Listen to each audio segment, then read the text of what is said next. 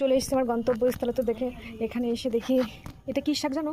এটা অম্বলি শাক। এটা হচ্ছে গিয়ে আমরা গ্রামে মাঠ থেকে তুলে খাই। আর এটা দেখো, এটা নিজেরা লাগিয়েছে খাওয়ার জন্য, ঠিক আছে। আর তুলি যে আমি যে গ্রাম থেকে ওর জন্য গাঁদা ফুল নিয়ে এসেছি, ঠিক আছে। ছায়া লাগালে হবে না? ছায়া কেন? ছায়াই তো হবে। কেন? এই যে গাঁদা ফুল নিয়ে এসেছি, তুলে এখন সেগুলো রোপণ করছে। দেখো একটু বেশি করে পোত, ডাবা বেশি গুঁড়ি হয়ে যাচ্ছে, নরম তো বেঁকে যাচ্ছে।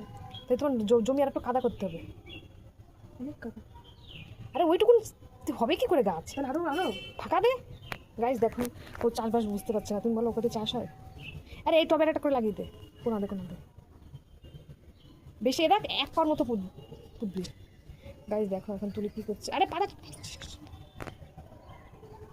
এই যাচ্ছে দেখো এখানে কী কী ফুল গাছ আছে তোমাদের একটু দেখাই। পিঙ্ক কালারের দৌপাটি, এখানে তুলসী, তুলির ট্রিটমেন্টের গাছ। এটা হচ্ছে তুলির ছাদ বাগান। বাবা তুলির দামি ফোন পড়ে গেল পকেটেতে। আর যেখানে হলুদ লাগিয়েছে। এ ভাই এই যে টপগুলো, এগুলো কি ফুল গাছ? হ্যাঁ, এখানে একটা লাগা পিটুনিয়া, শীতের ফুল না? শীতকালের জন্য আবার লাগাবে এখন। চারা হয়েছে। কেমন লাগলো ছাদ বাগানটা অবশ্যই জানিও।